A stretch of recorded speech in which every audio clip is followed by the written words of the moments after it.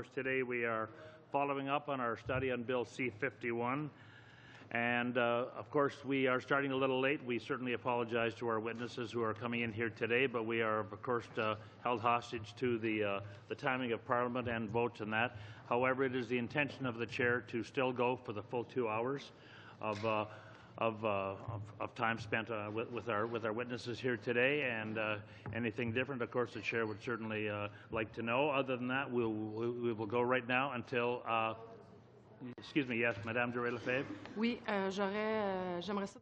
Yes, I would like to ask for unanimous consent for the following motion, please. That the Standing Committee on Public Safety and National Security add an hour of study to its examination of Bill C-51, and that we invite Madame Lise Thériault, Minister of Justice, and Attorney General of Quebec Stéphanie Vallée, and the Minister responsible for Intergovernmental Affairs and the Canadian Francophonie, Mr. Jean-Marc Fournier. Consent is required to present the motion. Is there unanimous consent on committee? No, there's not. Okay, so we will go, as I mentioned, to until 5 to 9 this evening, and we will start off with our first round of an opening. We have with us our witnesses today. As an individual, Selim Mansour, welcome, sir. And from Protect Our Privacy Coalition, we have Stephen Anderson, the Executive Director of Open Media. And we welcome also Sakanya Pillay, Executive Director and General Counsel of the Canadian Civil Liberties Association, and Connie Fournier, the founder of Free Dominion. So thank you very, very kindly all for coming here. Oh, and as an individual, did not mean to miss you at all. Mr. Garth Davies, Associate Professor, Simon Fraser University. And so we will start off with up to 10 minutes for up to 3 of our witness panels. As has been the invitation of this committee, you can separate your time how you see fit, how you wish, but of course the Chair will follow the standard operating rules of this committee. So we will start off with up to 10 minutes. Mr. Mansour, you have the floor, sir. Thank you, sir. Thank you, Mr. Chairman. I want to begin by thanking you and the members of the committee for this invitation to provide you as an independent expert my views on Bill C-51. I will express these from the perspectives of political philosophy and history, and from that of a lifelong devotion as a Muslim to the study of Islam, Muslim history and society, and comparative religion. I want to stress this point since criticisms of Bill C-51 are unhelpful when abstract notions of freedom and their impairment are discussed narrowly or exclusively from a legalistic point of view with insufficient attention to the contemporary reality in our world. The preamble of Bill C-51 states the purpose of this proposed anti-terrorism legislation. There is the need to equip Canada to deal adequately and effectively in terms of security threats from violent Islamist jihadists that loom larger and larger in a post-9/11 world, and that Canada is not insulated from this threat-filled reality. The third paragraph of the preamble in Bill C-51 reads, "There is no more fundamental role for a government than protecting its country and its people." This is a succinct statement of what has been amply discussed in classical liberal political philosophy, from Hobbes and Locke to Raymond Aron and Hans Morgenthau. From the perspective of classical liberalism, it is understood that the freedom we enjoy in a society such as ours is the fruit of security, or that there can be no freedom in the absence of weakness and security. This relationship between security and freedom was expressed by the founding fathers of the United States in terms of life, liberty, and the pursuit of happiness, and the same was expressed by Canada's founding fathers in terms of peace, order, and good government. And the central concern of liberal democratic order is in keeping the balance right between security and freedom. The authors of Bill C-51 are cognizant of this naturally given tension between security and freedom.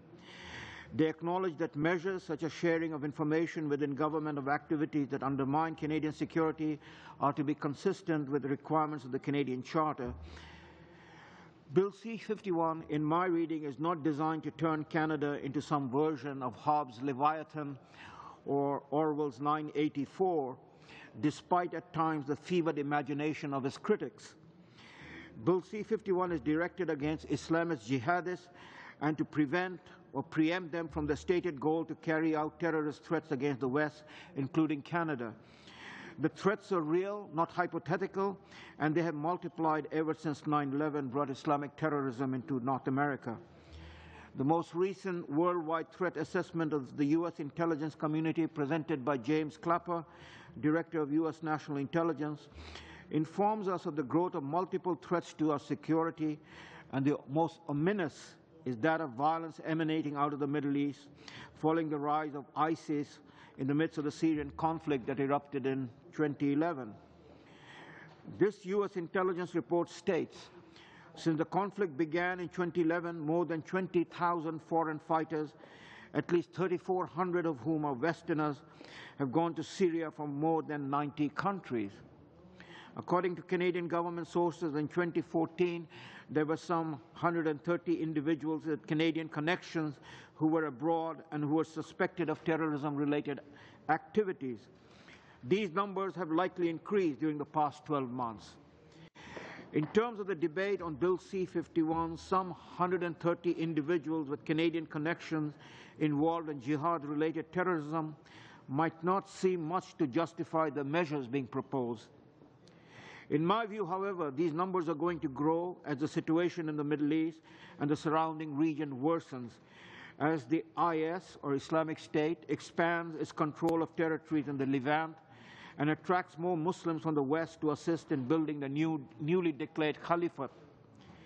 As the numbers of jihadists increases, so will the threats of violent terrorism and the likelihood that despite the best efforts of our security intelligence agencies, the jihadists will succeed in striking us, as in the case of the bombing of the Boston Marathon in April 2013, or the massacre at Charlie Hebdo in Paris in January 2015. We are at war, a war dramatically and radically different from past wars, and this war was declared against the liberal democratic West by Islamists well before 9/11. The reason the United States was taken by surprise on 9/11, as were subsequently Spain and Britain and France, and as we Canadians were taken by surprise last October, is because we did not take this Islamist declaration of war against the West seriously. From the perspective of the Islamists, both Sunni and Shiite Muslims, there are two fronts, the near and the far, and these are linked. Consequently, the conflicts of the Middle East or the Muslim world are global, and therefore they reach us. Canada is not insulated from the madness of barbarism or savagery of a war that Canadians might not comprehend or deny having anything to do with them. But we Canadians are affected, whether we like it or not, because of the nature of our open society, of the flow of immigrants from the Middle East and the larger Muslim world, and the history of our relationship with that part of the world. It would be naivety on our part not to take seriously the reality of the jihadist sleeper cells and Islamist fifth columns in our midst. Long before 9/11, the Islamists of the Muslim Brotherhood planned and put into place their operatives within the public institutions of Western democracies. And documents detailing the modus operandi of Muslim Brotherhood operatives were found by intelligence agencies and submitted as evidence in some of the terrorist trials held in the U.S. after 9/11. I will end by pointing out that the bitter Shia-Sunni conflict in the Middle East, which is more than millennium old, will intensify and worsen. The theology and politics of the IS are exterminationists, and a Sunni-driven Shia hatred will invariably elicit similar Shiite response with far-reaching consequences. This conflict will reach the West and will spark sectarian tensions within Western democracies, as has occurred as a result of the Arab-Israeli conflict.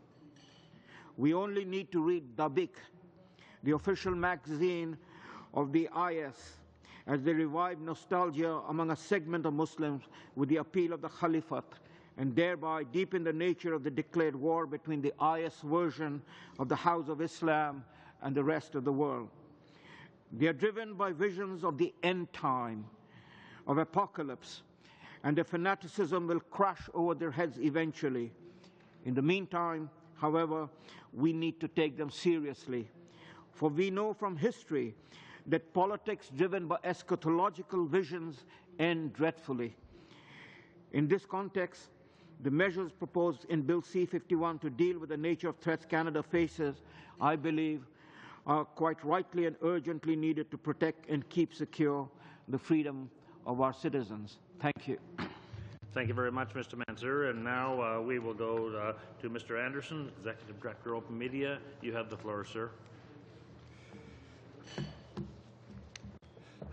Good evening. My name is Steve Anderson. I am here today on behalf of Open Media, a nonprofit digital rights organization. Last year, we helped start the Protect Our Privacy Coalition, which is the largest pro-privacy coalition in Canadian history with over 60 organizations. You know we've hit a common Canadian value when groups ranging from the Canadian Taxpayers Federation to small businesses to labor organizations join together. I'm happy to be joined today by the Canadian Civil Liberties Association and the Principal Conservative Forum Free Dominion, who will speak on behalf of their organizations. To help ensure the majority of Canadians are heard, I have brought with me a petition right here of over 100,000 people against this bill that was gathered by Open Media and Lead Now. I've also reached out online to get input for this testimony, and I will reference it from time to time. Of course, it is standard procedure. Committees may not receive petitions. Petitions have to be presented in the House, and that is under the standing orders of the House. It's under the routine proceedings, and it's under the rubric of presenting petitions. Petitions may not be presented at committee. However, what you may do, sir, you may present them as an exhibit. Should you wish to leave them with committee here, and as such, they are there for the consultation of the clerk, and under those conditions, they need not be translated. And so I just leave that with you, sir, and if that is your preference, you might certainly leave them with the clerk at the end of the day. I'm happy to do so. Support of C-51 is plummeting, as we see from recent polls, because the more Canadians know about C-51, the less they like it. And they're becoming to know a lot about it. And Canadians believe that C-51 is reckless and dangerous, and that is going to be the main part of the start of my talk here, in part because it exhibits a blatant disrespect for our right to privacy. C-51 provides spy agency CSE with an offensive domestic mandate, thereby setting the eavesdropping agency loose on Canadians. By empowering CSE to take disruptive measures, the bill provides the agency with open-ended powers to act against Canadians on our own soil. CSE will now be able to make false attribution to individuals, take down legitimate websites, and plant malware on individual devices. Considering C-51 also facilitates the distribution of information of Canadians without their knowledge or consent to no fewer than 17 agencies and institutions, along with foreign governments. I think Canadians agree with Alan Ramsberg, who wrote to me on Facebook saying, we surrender our privacy and liberties to unaccountable central authorities. That means the terrorists have won. And now I've heard a representative from the government claim that our sensitive data will not be stored in one big database, but I wonder why the legislation then explicitly states that the data will be, quote, collated. That said, even if the data is flowing between multiple databases, that might leave Canadians even more open to victimization of data breaches and cyber criminals. And I'd like to add that more than 200 Canadians, as is, have come forward in recent months to say that their personal or professional lives have been ruined due to information disclosure. Privacy is security in its most basic and individualistic sense. Secondly, I'd like to note that not only is C-51 reckless and dangerous, it's also, frankly, ineffective in achieving its own stated aim. As Professor Roach pointed out to this committee, C-51 will drown the government in information rather than providing actionable data points. Furthermore, with zero added oversight or accountability, there's no way to even know if these powers are working as intended. Experts agree that what we need are targeted tools for the digital age, not mass disclosure of personal data. Additionally concerning, many elements of the bill are not even focused on terrorist threats, but rather apply to, broad security-oriented powers to a range of other less serious contexts. Careless drafting of this legislation will muddy the waters of investigations, taint the work of security officials, and make Canadians less safe. Sadly, for a bill that purports to take on terrorism, it also lacks any measures to address the root cause of radicalization. C-51 is reckless, dangerous, and ineffective both in terms of content and process.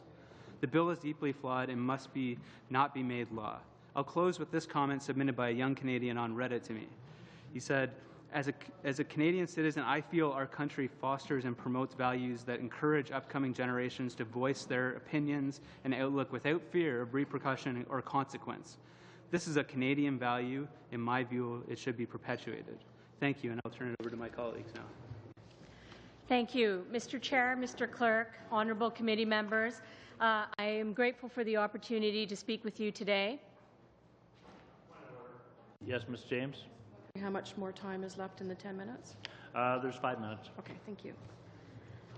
And I thank my colleagues in Open Media for sharing their time. I appear on behalf of the Canadian Civil Liberties Association. We are an independent, national, non-governmental organization that for 50 years has effectively protected civil liberties in this country. You have our detailed submissions, and in the interest of time, I will restrict my comments to 4 minutes and 2 points. Let me state at the outset that the CCLA understands that the government requires effective tools to protect Canada and its people from terrorist threats and acts. What we do not understand is why this bill is needed, given the existing robust and in some cases exceptional tools at our disposal, and the success rate of law enforcement and courts most recently demonstrated with the Via Rail terrorist convictions. It has not been shown that Bill C-51 provides any necessary new tools, and we are concerned that it will increase powers without any commensurate increase in accountability mechanisms. My 2 points are as follows. First, I'm going to turn to the Security of Canada Information Sharing Act, which I will refer to as CISA. The CISA expansively allows for unprecedented sharing of information across at least 17 state agencies to foreign governments and to foreign and domestic private actors without enforceable privacy safeguards and without clearly limiting the information to terrorist activities or threats. This is overbroad. The legislated objective of CISA to keep Canada safe from terrorist threat is beyond dispute, but the drafting of CISA is not. Without enforceable safeguards, information sharing will result in error.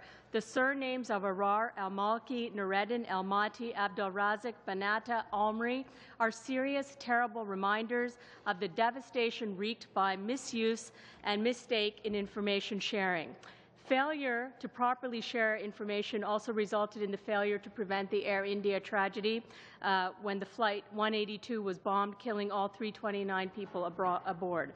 CISA does not heed any of the recommendations of the Arar Commission for integrated review of the integrated operation of agencies, nor for statutory gateways to facilitate such review, nor does it benefit from the lessons and in-depth study of the Air India Commission.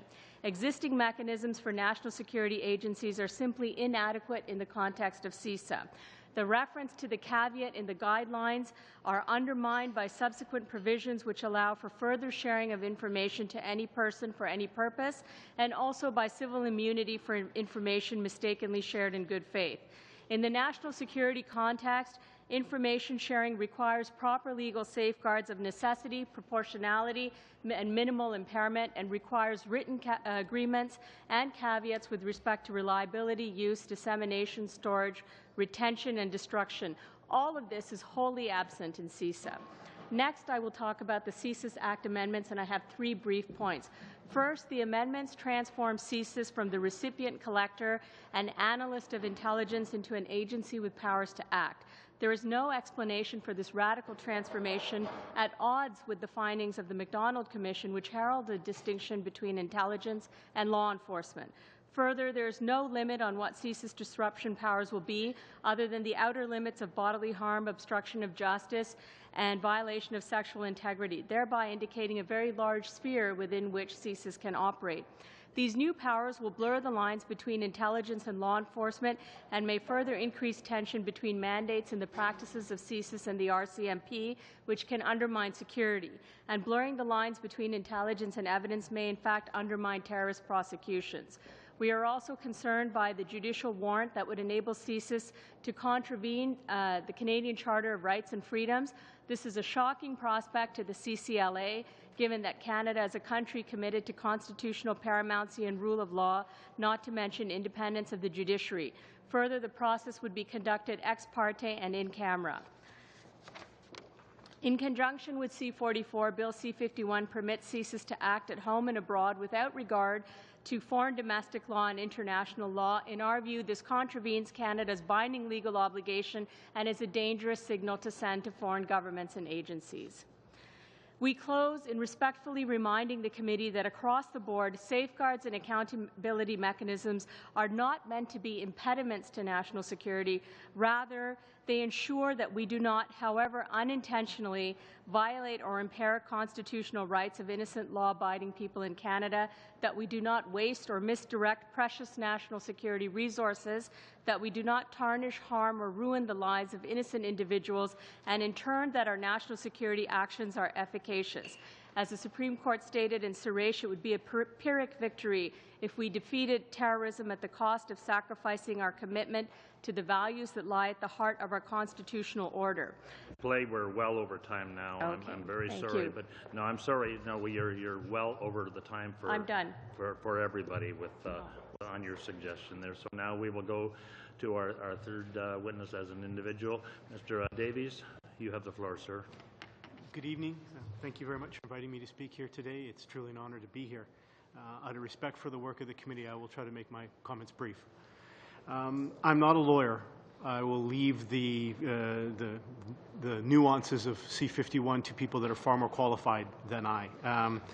What I am is a researcher. I've been studying terrorism for over 20 years now, and it's in my capacity as a researcher that I come before you today to offer my thoughts. And there are just a few points that I would like to make. First, and most importantly, is that the danger posed by violent extremism and terrorism is real. The threats to Canada, to Canadian lives, are real. And I've been following the discussions in the House, and it's often paid lip service to that these are real, but I'm not certain that we are actually embracing the realities that we're facing. The challenges that we face are unprecedented. Those challenges would include, for example, living in a hyper-connected world where borders are meaningless to terrorists. They would include rapidly expanding use of the Internet for recruitment and for other nefarious purposes. They would include the rise of kinds of behaviors that have been not experienced at the level that we're seeing now. So, for example, homegrown terrorism, lone actor terrorism. And the potential violence that might be attributed to returning foreign fighters. So these are all just examples of the kinds of things that have changed the context of terrorism and our conversations around it. The nature of these threats suggests that we need to modernize our thinking about our approach to counterterrorism, and I would argue that C-51 is necessary as a part of a larger process that recognizes the new dynamics and this new context, in addition to, for example, Bill C-44 and others that will inevitably follow. Second, in studying terrorism, one of the things that I think has been most striking and particularly challenging over the years, for as long as I've been studying it, is the speed with which terrorists adapt to detection techniques. They are constantly changing tactics, constantly coming at us with new ways of thinking and doing things. And many of the methods that we are currently now trying to use to deal with these threats have become outmoded. For example, there is increasingly no group to infiltrate. There is increasingly no head of the snake to cut off. There is no one with which to negotiate. So the tools that we've traditionally relied on as standard ways of trying to disrupt terrorism are not as useful to us in these contexts. At present, we are faced with a rather extreme version of Louis Beam's idea of leaderless resistance, where we've gone beyond autonomous cells and we simply have individuals that at any particular moment might pop up and commit heinous acts. And this will inevitably change. So we're perpetually playing catch-up, and it's difficult to determine what will come next. It's been suggested, for example, that the next wave of terrorism may be more technological, so that we're dealing with people, what they can do with technology, and it may not have any kind of other ideological purpose than that. And we try to embrace and try to conceptualize what difficulties that might bring.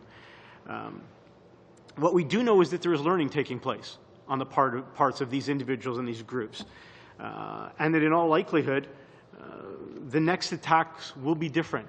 The next attack will likely not involve storming Parliament.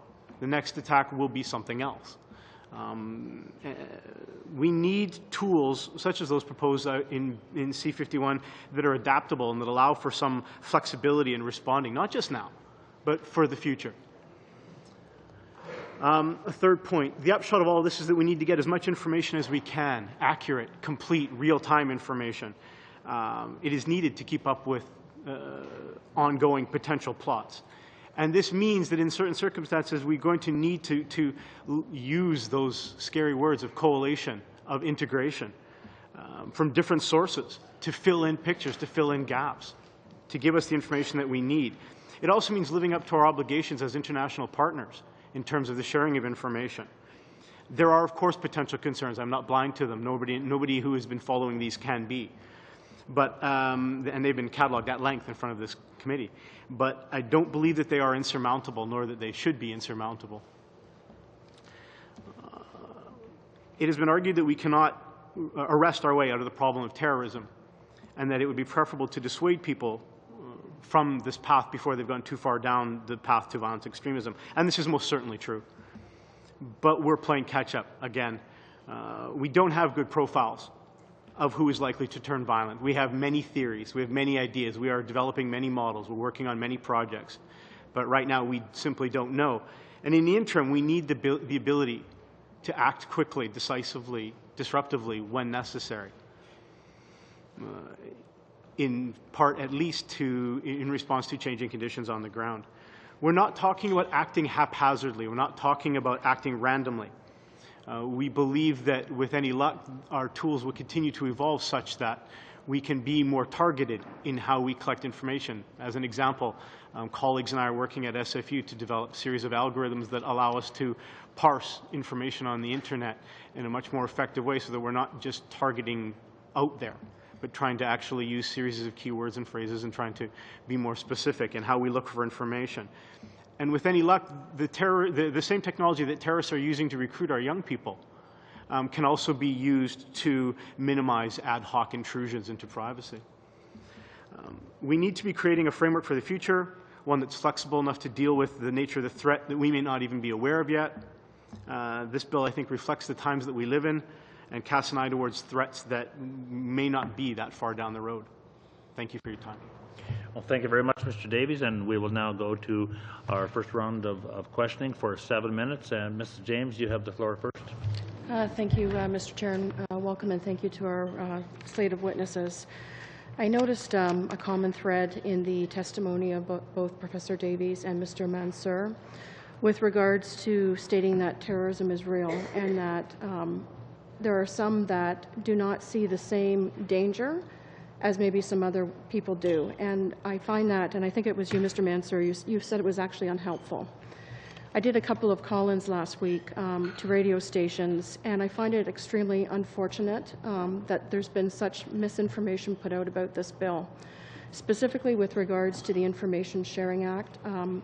This is new, it's standalone, it does not connect to the other parts of this particular bill. There's 5 parts. And some of the, claims that this is somehow an attack on personal freedoms and information sharing, it's going to infringe on the rights of Canadians. If you actually read the bill, that is simply not the case. We heard earlier from the BC Civil Liberties Group. They were actually a group that had problems going back 30 years, I believe, to the original CSIS bill. Some of the same claims that we're hearing today are some of the same claims we heard with the 2001 original Anti-Terrorism Act. And quite frankly, it is unhelpful. because what we're dealing with right now is the national security of this country and the protection of Canadian citizens. And so I just want to let you know that you made a comment that some of us don't get it. I get it. And that's one of the reasons why this is the #1 priority of our Conservative government, to get legislation passed that is going to improve the safety of Canadians. But I just wanted to talk about the Information Sharing Act. It's clearly defined in the Act, and it goes into, there's another section in there, which is Section 5, and it talks about disclosure of information, and then it can only be shared if it is relevant to the national security, jurisdiction, or responsibilities of the recipients. So there's multiple parts in this bill that protect the civil liberties and the protection of Canadians. It's also interesting that I've yet to hear someone actually pinpoint what section of this bill would actually impact a law-abiding Canadian. And we hear, you know, well, there's this case and this case, and someone was wrongly convicted. But that's why we have the court system. People can take action, you know, and get retribution. That's what happens in a democratic and free society. But I'm just wondering if you could comment on the unhelpful information that's out there and the fact that it's taken away to what is actually important, which is the national security of Canada. If I could direct that to we'll start with Professor Davies.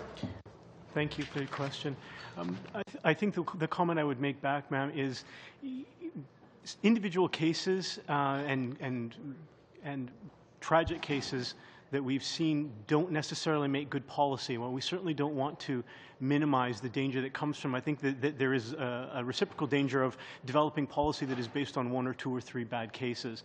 I think it's, as you argue, it's much better, I think, to think more broadly about the applicability of these things and try to deal with deviations from them as they pop up, would be my argument. Mr. Mansour, we heard from other witnesses prior to this about the need to modernize the tools and the capabilities that we provide to our national security agencies. And I'm just going to read something. It appeared in the National Post from a criminal prosecutor for the Ontario Ministry of the Attorney General. And he talks about the intent or the separation between CSIS and RCMP, and that was done at a time when cell phones were a luxury, the internet didn't exist, and Canada had never been the target of a terror attack. And that separation had made sense. Then he goes on to say it does not make sense any longer. Virtually all of Canada's allied countries give their spy agencies powers to prevent terror attacks, requiring CSIS to report their findings to the police, who then review that evidence and decide what to do with it, adds layers of unnecessary bureaucracy to their investigation. Worse, it causes delay. And at a time when terror suspects can coordinate across continents in a matter of seconds, that can mean the difference between prevention and a successful attack against Canada. Do you agree with those concerns that this prosecutor had written in this letter to the editor? More or less, yes. With regards to the actual bill, we heard on the very first meeting, we heard from the national security agencies that there were legislative gaps existing here in Canada. This bill speaks directly to what has been identified as gaps for our national security agencies. Surely we must recognize that the ones that need the tools are the best ones to tell us what needs to be done. And so again, I'm going back to the fact that it's very unhelpful that we're hearing misinformation that is being put out there. And it's interesting because, you know, there were protests not too long ago, and funny enough, none of these protests would fall anywhere under the guise of this bill. And unfortunately, those people that were protesting, they don't know that. They actually think that protesting is going to somehow be illegal and they're going to be, you know, thrown in jail or labeled a terrorist. Those protests were actually an example of what is not covered under this bill. So I'm hoping that that message gets out. And if I could just ask how much time I have left, Mr. Chair? You have just under a minute, or just a little over a minute, actually. Thank you. We heard as well, when we talk about borders are meaningless, I think it was Professor Davies that you talked about that. I think that's what's different. That's what's different between now and 30 years ago when the CSIS Act was first created. We heard from prior witnesses about modernizing and the fact that the terror threat is ever evolving. And I'm glad that you brought into the fact that you mentioned about, you know, there's no longer an organization to infiltrate, head of a snake to cut off, and that we have to be flexible and be able to adapt. I believe you used the word adaptable legislation, so that as things change, we don't have to come back here next month next year and rewrite this legislation again. Is that what you were referring to? Yeah, absolutely. We don't know what will be coming. We know that the situation has changed, yes? The situation is different than it was 30 years ago, but it's changing much more quickly than it did in the interim. We sort of had a lull period, if you will, and now things seem to have picked up speed. And yeah, I think that we need to be cognizant of how much things have changed. I've seen a lot of discussion of late of 30 years ago, and everybody in this room is aware of the history of why CSIS was created and what led to that. I'm not sure always why we hold on to that as a way of looking back as opposed to looking forward. Fine. Thank you very much. The time is up now. Madame Borg, s'il vous plaît. Oui, merci. J'aimerais vous... Thank you. I thank you for appearing before us. I think that everyone recognizes that terrorism is a threat and that we must have the required means to combat terrorism. We also believe that rights and freedoms are non-negotiable, and therefore you can't do one without the other, and it's essential to respect both. Mr. Anderson, I'm happy to see you here before us. You are the only witness who can talk about the repercussions that this bill would have on the digital lives of citizens who respect the law, lawful citizens. So I would invite you to comment on that, please. I'll pass this off to Connie on our panel here, but first I just want to say I found that the comments mentioned a second ago from MP James to kind of insinuate that Canadians are not informed and are kind of insinuating that Canadians are stupid. And I find that really distasteful for a public office holder. Point of order. Actually, I just want to correct the record. I did not say that. I said I was concerned about the misinformation that had been put out about this bill, completely separate. Thank you very much, and I do believe that comment was just over the edge, so I would appreciate you just stated the topic that you have at hand. Okay. I think we should encourage Canadians to take part in these debates, and I think that they are amazingly informed and engaged, and that's something we want to honor and encourage, not disrespect.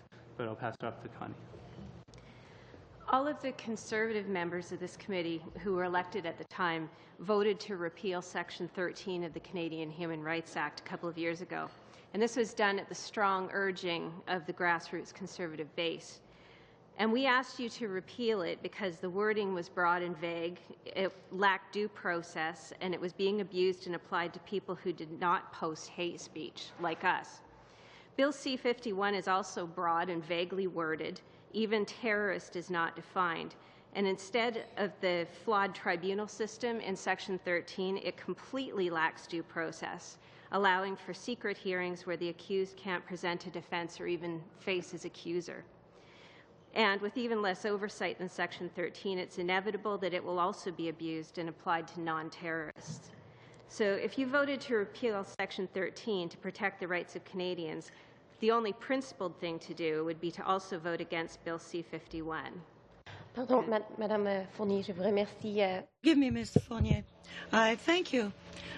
Your answer is perhaps not too relevant in the context of my question. I do understand that you didn't have the opportunity to express yourself fully earlier, but if you'll allow me, I'll move to another question. Different government agencies, because there is concerns that that could be abused and that could have great repercussions on the privacy of Canadians. So I was wondering if you could comment on that, Mr. Anderson. Sure. Yeah, well, I mean, C-51 clearly facilitates distribution of information on law-abiding innocent Canadians without a warrant, without their knowledge or consent, to no fewer than 17 agencies along with foreign governments. And I think that's what's in the legislation. That is why Canadians are so concerned. And having our information stored in those databases is naturally of a concern to any law-abiding Canadian. And this is going to, people who are going by their day-to-day activities are going to be swept up in this naturally because they engage with the government. So, I mean, to say that that's not the case, that if you're abiding by the law, you will not be swept up in this, I think is disingenuous. And I think if you add in the kind of added provisions that would enable the CSE to monitor the lives of Canadians, It's a dangerous combination, and that's why Canadians think this bill is reckless and dangerous. And I think people are going to continue to be upset until there are safeguards put in place. Thank you. Now, we have this bill in front of us. People took to the streets in protest. You have a petition of 100,000 signatures, probably more actually, and I'm sure more are coming in as we speak. Now, as someone who works really hard in the grassroots level to speak to digital rights, why do you, you're having conversations with Canadians. Why do you think that opinion is shifting so quickly? What is the precursor? Because we saw these statistics coming out, 80% of people support this, now 50% don't support it. So I'm just wondering if you could speak to that. Yeah, well, I really think it's this combination of the kind of eroding of our privacy rights, the monitoring of law-abiding Canadians, that the reckless nature of that approach, with how dangerous it is to turn CSIS essentially into a secret police force, despite the kind of recommendations made to create more oversight and really restrain that kind of activity.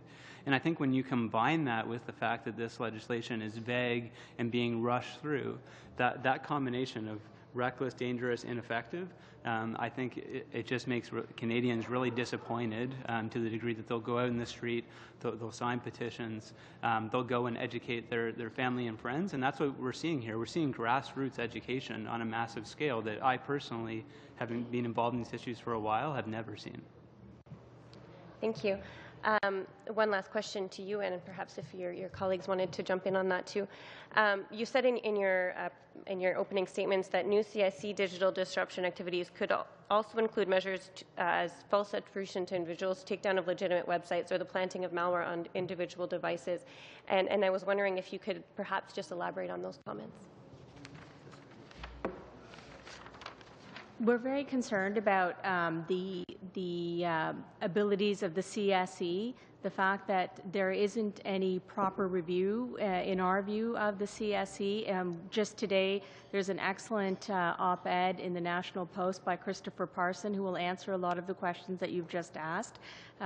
But the capabilities for mass surveillance, for mass digital surveillance, to capture that on innocent, ordinary, law-abiding Canadians and to share that, and also for that information to be shared abroad, that capability exists today, and there's no halt on that. And that is what is of concern to us. We have examples of individuals whose private information has been shared abroad and has caused problems for them. So these are real-life examples today that we are concerned about.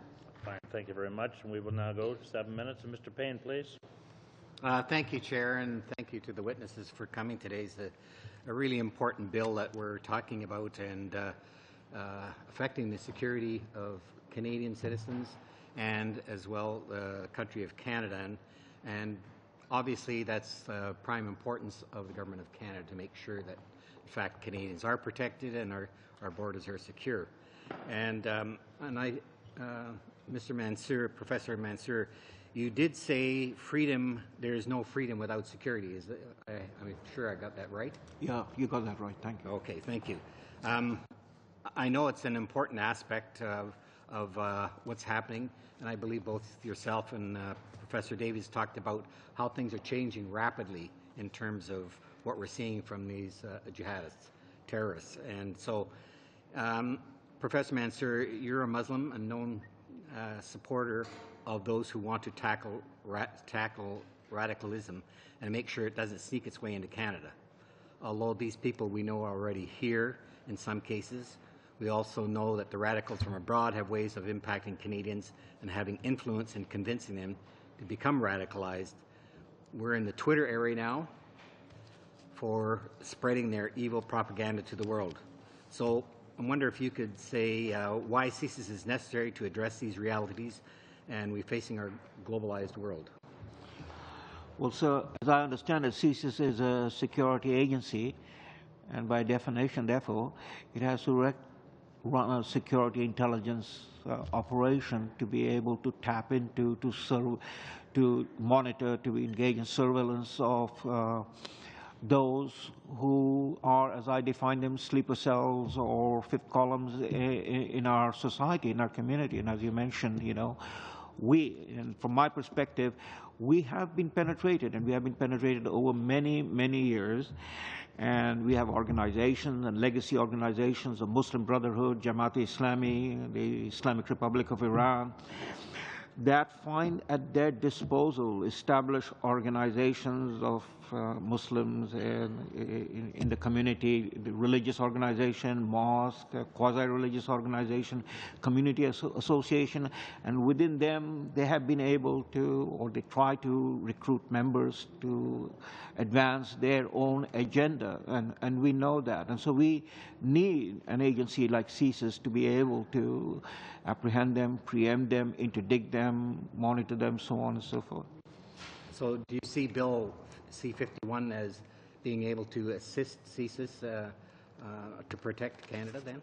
Yes, as I read it, yes, absolutely. I mean, that this is a problem that we are facing. This is a problem that has grown immensely since 9/11, but this problem has been around before 9/11, and now we are living in a post-9/11 world where we have to deal with it, and we have to find that our agencies are well equipped to deal with the problem that we are faced with. Okay, thank you. Professor Davies, I know you've made a number of comments and as a researcher, and that the terrorists are real, and we're not facing that reality. I'm not sure if you meant that as Canadians or globally. And and you also mentioned that borders are seamless. You talked about the internet, lone wolf, a number of these things, and returning foreign terrorists. So I guess with all of this in mind, do you believe CSIS and the RCMP would have time or desire to have government agencies provide them information about protesters, and that they would act upon it if there was no reasonable grounds to investigate? No, I don't. We use my colleague used and the phrase has been used, drowning in information. And I think that there is an attempt to try to filter as it comes in what information is relevant. Obviously, we run the risk of overriding the system, as it were. So I would like to believe that some of those filters are in place. I don't believe the perception of CSIS running around and just grabbing every single thing that they could is accurate. It certainly doesn't reflect my experiences with various members from that agency and from the RCMP in terms of how they approach information. I've always known, in my experience, they've always been very, very cognizant of legal limitations to what they can and can't do. And in fact, they would argue that is their daily reality. But by the same token, trying to get as much information as they can about what matters and fit in, and fill in gaps and pieces. So no, I don't believe that there is a desire to add more to their plate than they already have. Yes, and thank you for that. And you also talked about the terrorist technology and their learning, and we need to be able to act decisively and tools to continue to adapt. And I believe you talked about, you said you were working on some program. Yes. And I don't know how far along you are in that, but how do you see that as being able to assist Canadians, CSIS, RCMP? And secondly, I don't know if that program you're talking about would be available to our law enforcement. The program is in its infancy. Its primary intent, the kind of thing we're talking about, its primary intent is essentially to be able to parse large bits of information from the internet and break it into digestible chunks. To answer your question about its utility, we actually have been in discussions with INSET. I'm from Vancouver, so sort of way out there, they're at the other end of the world. But we've been in conversation, and they've been very interested in trying to understand, again, for the reasons that you might expect, that they're trying to maximize what they can get with, we won't get into the issue of resources here. I don't think that it's necessary, but they don't have unlimited access to computer power to people, but they are interested in trying to get information that's as relevant as possible. And again, they're also very interested in the approach of how do we get this information without casting such a broad net that it raises concerns about privacy of what have been referred to as sort of the average Canadian citizen. 30 seconds, Mr. Payne. Okay, quickly, part 4 talks about threat disruption for CSIS, and I wonder if you could give us your thoughts on how important that is in terms of also being judicially authorized. I mean, absolutely critical in terms of judicial authorization, but we could also imagine circumstances where exigencies would exist. The examples that is being used perpetually now is the idea of being able to say to somebody's parents, you know, your son or daughter has been radicalized, and making them aware of it, and whether or not that, you know, that would be an example of disruption. We could think of far more serious cases where disruption might be necessary, and would certainly want to see judicial authorization for those kinds of instances to the extent that it was possible. Fine. Thank you very much. Thank you, Mr. Payne. Mr. Easter, sir, you have the floor. Thank you, Mr. Chair, and thank you to all the witnesses for coming. It's the hearings, especially tonight. It's almost the two solitudes, if I can put it that way. Mr. Davies, you said that the danger is real and the threats to the lives are real. I actually agree with you. And I think that there is a real threat out there, and I think it is increased greater than we have seen it since 9/11, and it is in a different context. But I also have to express with Mr. Anderson, Ms. Pillay, and Ms. Fournier that their concerns in terms of some of the areas that this bill is moving in are real too. And so how do we connect the two? That's my question to all of you. I mean, I've been saying we need oversight, we need sunset clauses, and we need a statutory mandatory review for this legislation in 3 years. Threats ebb and flow. And we certainly need amendments. But everyone's concern expressed here is real. Parliamentary Secretary may say that some of the things the demonstrators are saying or the protesters are saying is out there exaggerated. They may be. I've been in protest. I, in fact, faced the protests on my position in PEI. And I firmly believe that legitimate dissent in a democracy is healthy. That's a good thing. So my question to all, each of the spokesmen is, how do we bring those two solitudes together? I firmly believe this bill can be fixed. I believe we need certain aspects of it, but I believe it can be fixed and can be a bill that Canadians could welcome if this committee is allowed to operate the way the Founding Fathers designed Parliament to operate, to amend a bill, make it better. So could I have a response from each of you? Well, Mr. Easter, from my perspective, as I see it, I see the government as the whole structure. I don't see the government as those on the Treasury bench only and on the other side. I see the whole thing as a government.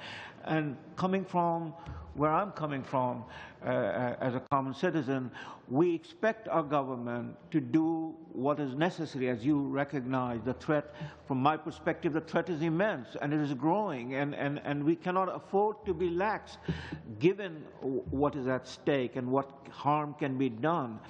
So, yes, the government has recognized, that is, all of you have recognized, that there is a necessity, and that is the Bill C-51.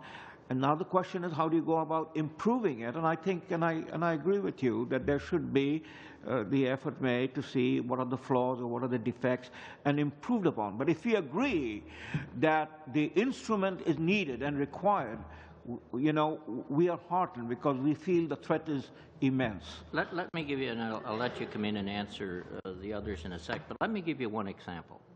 The bill says, quote, for greater certainty, it does not include lawful advocacy, protest, dissent, and artistic expression. That same clause was in the 2001 bill. I was one of the ones inside caucus opposing that clause. We amended it out. Do any of you feel, the promoters of the bill, do you feel, Mr. Mansour or Mr. Davies, if we took the word lawful out of that it would impact on this bill in any way to do the job it's intended to do? No. No. Okay, thank you. Anybody else want to comment on my first question? Yeah, I think the bill, I mean, I agree with all the amendments that you said there, and I think there's almost national consensus on those points. So I think that that's one thing that has people so upset is why don't we look at these reasonable amendments at the very least? And I don't see any, I haven't heard any good answer to that, and I would love to hear it at any point. But I think that the bill our position is that at Open Media is that it's so flawed that we need a restart. But That's fine. Ms. Pillay? My response, and thank you for your question, is that the way this law is drafted is it's imprecise and it's overbroad. What that means is that we do not dispute the objective of the law, but the impact will be beyond what the law is meant to target, and that is a problem. And just for the record, we do not dispute that there is a terrorist threat. What we question is why this bill is necessary, and we are very concerned about the overbroad impact. There is not a rational connection to some of the impact that will result as a result of this, of the drafting. And the last thing is we cannot just hope that it won't be applied in a way that it could reasonably be applied reading the provisions as drafted. Ms. Thornley, do you want to add it? Yeah, I think that it's really important when you're looking at any legislation to try to imagine what is the worst possible case scenario as to how it can be applied, and assume that you need to close those loopholes. And so I think that it's completely reasonable to look at this bill and see the flaws and to try to correct them. But I also don't argue that there is a terrorist threat. I think we're all on the same page there. Okay, thank you. And I guess to Mr. Mansour, I did read your presentation to the Senate, and I'm concerned about what you said on the public outreach program, in which you basically questioned public outreach to deal with homegrown radicalization or whatever. Is that still your position? Because I firmly feel that RCMP, other security agencies need to be doing outreach to those that are being radicalized over the internet or by whatever means. I think that can go places that the law cannot go. What's your current thought? Well, my concern, sir, was it's not about the public outreach, but with who the public outreach is done.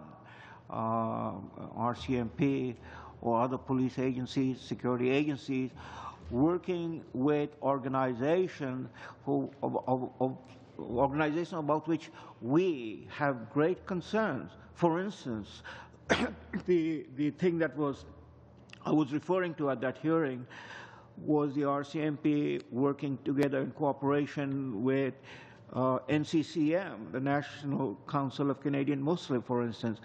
It's an organization, from our perspective, is hugely suspect. This is an organization / CARE-CAN, Council of American Islamic Relations, Canada, but that was the concern, sir. That was refuted. No, at this Mr. Easter, committee. no, that was refuted at Mr. this Easter, committee. we are well over time now. I'm sorry, but thank you very much. And at this time, we are going to bring our first hour to conclusion. I would certainly like to thank, and I'm sorry we have no time for response.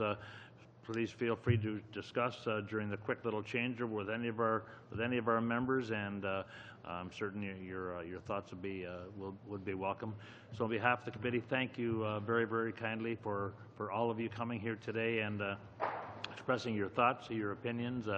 And as the story goes, it all matters. Thank you very, very kindly. We will suspend for 5 minutes till we change witnesses.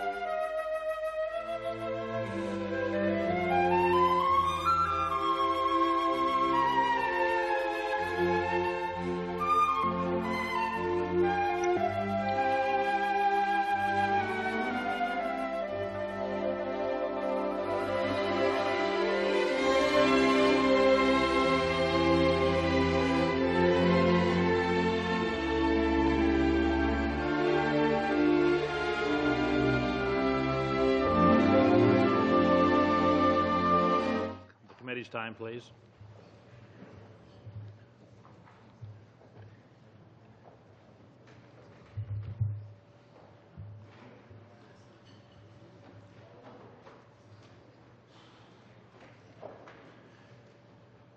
Thank you very much, colleagues. Okay, we will now go to our second hour of testimony and Q&A today. And we have with us, of course, three individuals who we would like to honor, of course, a former colleague, the Honourable Hugh Segal, Master at Massey College now, sir. And we have also with us Louise Vincent, welcome. And we have Christian Lepret, Associate Dean and Associate Professor of the Faculty of Arts, Royal Military College of Canada. So thank you all for attending here today to give us your thoughts on what is obviously a very, very important piece of legislation that we're deliberating, and your comments are certainly welcome. And we will start off with Mr. Segal. You have the floor, sir. Thank you, Mr. Chairman. Throughout recent post-war history, rapidly drafted and on occasion knee-jerk new laws or quickly deployed old laws during times of apparent or possible emergency are often flawed. This is not because of any inappropriate intent by the government of the day, but a rush to engage because of apprehended risk, be it one of terrorism or insurrection. This approach often produces robust court challenges. The worst of these events in recent past was the deployment of the War Measures Act by the Trudeau administration in October of 1970. Hundreds of Quebecers were arrested and held in custody for many days. The core principles of Magna Carta, habeas corpus, were tossed aside. This is the worst violation of Canadian civil liberties in the post-war era. Nothing we have seen since in any way compares. None of the risks associated with this bill in any way compares to what happened in 1970. My concerns, and that of what was then the Special Senate Committee on Anti-Terrorism in 2011, about the absence in Canada as compared to key NATO allies, the United States, the United Kingdom, France, Germany, the Netherlands, Belgium, Italy, of any legislative oversight capacity, predates by several years the provisions of the bill before you. Nothing in C-51 has changed my own personal view on the need for oversight, and nothing in the bill makes that requirement more pressing. Accountability on the part of our security services to the whole of Parliament is not needless red tape or excessive bureaucracy. In fact, it is the democratic countervail to the kind of red tape and bureaucracy which might unwittingly lose sight of the security mission appropriate to a parliamentary democracy, where laws and constitutional protections, such as the presumption of innocence and due process, must protect all citizens, without regard to ethnicity or national origin. In the spirit of breaking down silos and maximizing the efficiency of prophylactic data sharing to prevent bad things from happening before they happen, and in the spirit of Mr. Justice Major's report on the Air India tragedy, the Special Senate Committee recommended that CSIS be allowed to, quote, lawfully disrupt terrorist plans or conspiracies. That was a bipartisan recommendation. The term lawfully did not reflect any view on the part of the Special Committee that interruptions could operate outside the provision and protections of the Charter of Rights and Freedoms. Any provisions that seek to obviate the Charter would likely be struck down by the courts in any event. When the government of Prime Minister Chrétien brought in anti-terror legislation after the horrors of 9/11, its promoters, including ministers and senior bureaucrats in the best of faith, believed the law to be charter-proof. When the legislation was renewed, members of the Senate Committee on Anti-Terrorism of all parties spent many meetings considering and putting into effect those amendments necessitated by a series of court decisions in order to bring the law into line with the Canadian Constitution. The law was far from charter-proof. I have little doubt that whatever decisions this distinguished committee may choose to make about amendments or the lack of same, within a short period of time, will see us finding another committee doing the same sort of constitutionally driven and court-ordered refurbishment of the legislation before you should it pass. My general view of the law before you, despite some excesses and slightly overwrought provisions, is that it is a law that is, on balance, helpful and appropriate given the new technologies, recruiting strategies, and asymmetric threats which form the basis of new threats to national security in Canada and other open society, non-police state democracies. May I offer one very respectful, considered word of caution about the important work before you. Attempts to keep Canadians safe, the #1 job of any government, should not include provisions that make us resemble those we are struggling to defeat. Thank you, Mr. Chairman. Mr. Siegel, that obviously will give us a little bit more time for Q&A. Thank you very, very kindly. And we will now go to Mrs. Vincent. You have the floor, please. Merci beaucoup, Monsieur le Président. Thank you very much, Mr. Chairman. I thank you for this opportunity to come and share my views and those of the family of my brother and my sisters and my mother. Why am I here? My name is Louise Vincent, and I'm the eldest sister of Patrice Vincent, the warrant officer who was killed on October 20th, 2014, some 5 months ago, by Martin Couture-Rouleau, who, for religious reasons or religion that he did not fully understand, decided to use his car to strike down my brother from behind without him having any chance to defend himself. So I've come here to talk about what I see as positive in Bill C-51. What I note, and everyone must have observed, is that the circulation of information sharing, has reached extraordinary speeds, which doesn't mean it's positive. It's very rapid, probably too rapid. The risks of radicalization because of this are immense. There are people who probably have a propensity or are sensitive to something that we have not yet fully understood, most probably. But for the time being, I think it requires an act such as Bill C-51 to be able to maintain our country with its democratic values. The other thing that's important is that the different organizations of the government must stop working in silos. Large companies, corporations have understood this. They have stopped working in silos, those that are successful. It's a concept, a management concept, an important one. And the sharing of information, to my mind, is important. C-51, from what I understand, would therefore facilitate cooperation between the various police forces, would make it easier to determine if someone is trying to harm our country. The threshold must be more tolerant as well when C-51 says that we must make a change from might commit to could commit. It's very important because the RCMP was not able to have a mandate from the Attorney General because of this, despite all of the information collected, the statements of witnesses regarding Martin Couture-Rouleau. The RCMP had done its homework, had prepared a file, and unfortunately the threshold for evidence wasn't high enough. This is unacceptable, Mr. Chairman. The surveillance tools as well, to my mind, should be much more easy to obtain. For example, electronic bracelets. The other positive thing would be to be able to freeze financial assets. Someone who would terrorize or use funds to facilitate or fund terrorist activities should be subject to freezing. If C-51 had been in place on the 19th of October, Martin Couture-Rouleau's relatives would have warned the RCMP and they would have had more information. At present, we see that they get information much too late. They would have known that there were radical imams in the mosque frequented by him. They probably would have been able to prepare even more material for the Attorney General, who, in any event, because of the lower evidence threshold, would have accepted to grant a warrant. And most probably Martin Couture-Rouleau would have been in prison and my brother would not have been killed. He would not be deceased, dead today. I hear a lot of fears, concerns from people who are afraid for the freedom of expression. I too want to retain my freedom of expression. I would not agree with something that would remove freedom of expression, not at all. But there are somewhat 40 million Canadians in this country. Is it logical to say that each one of these Canadians will be spied on?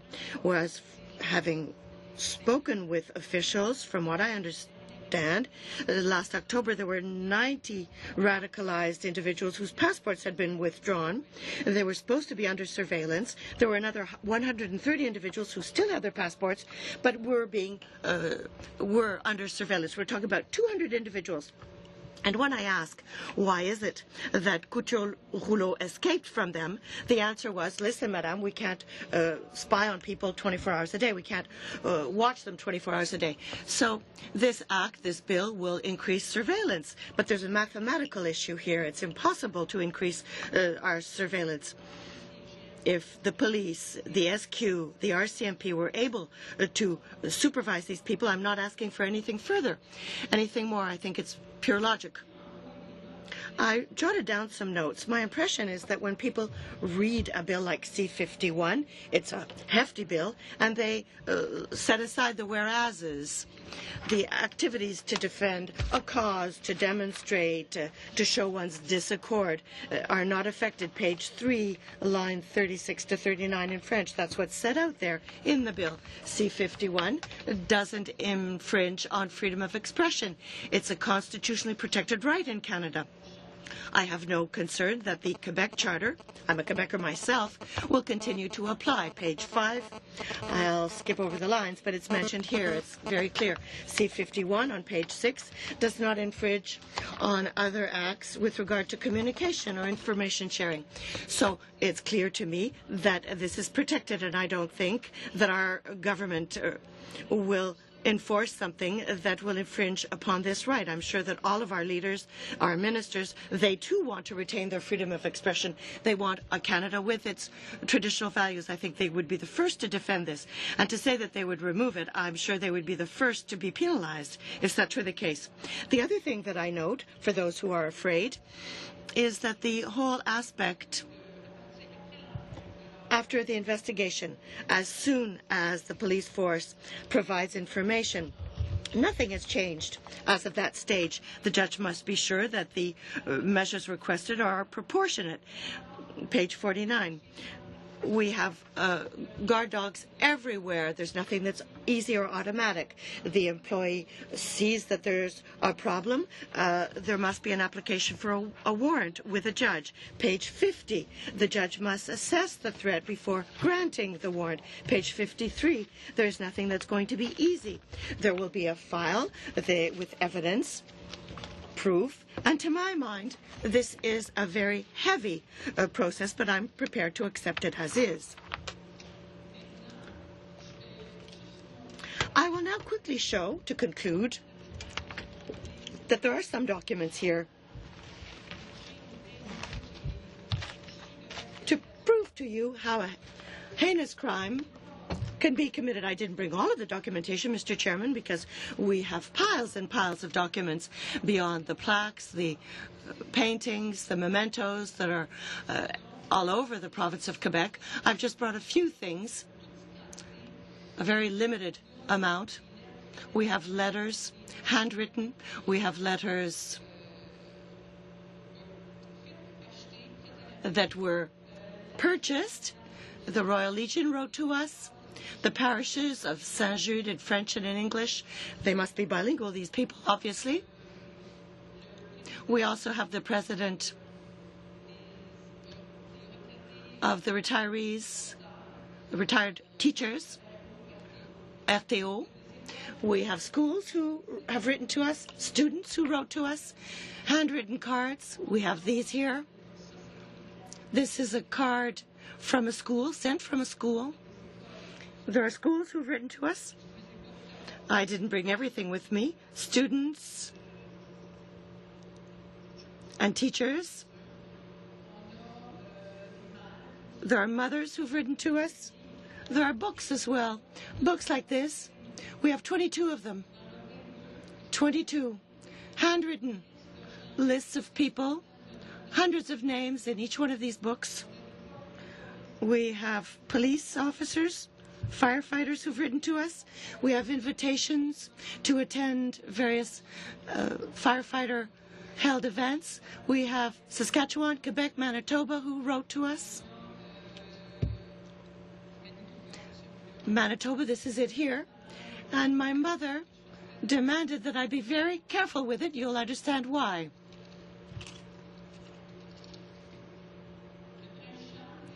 Prince Charles wrote to her. I have his signature here. And he speaks French. He expresses himself in French. He sent her flowers. And his attaché wrote as well. So we have Prince Charles here. We have Westminster Abbey. We have the organization of the wives of military personnel in Paris. I have the United States Army National Guard Platoon, United States National Army Reserve, the American Legion Michigan, USA, and Vets Michigan as well. It's very simple, but it's all here.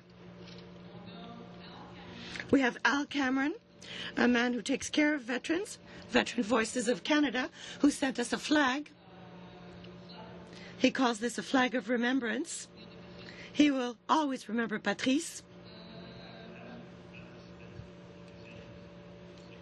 Forgive me, Ms. Vincent. To close, if you would. I was finished, but what I want to tell you is that it doesn't touch only a family. It doesn't touch only a province. It touched the whole Canada. It touched the world. We had words from Thailand, Australia, everywhere. So this, CC51, is important. Il ne faut pas que Patrice Vincent soit mort en vain. Patrice Vincent must not have died in vain. This is what we need. For your personal testimony and for being here today. Deeply appreciated. And we will now go to Mr. Leprette. 10 minutes, please. Monsieur le Président, merci de l'invitation. Security Thank you for the invitation. is gone until it's too late. I think part of the discussion that we have about security policy is so difficult because we've all been to school, so we think we understand somewhat education policy. We've all been to the physician.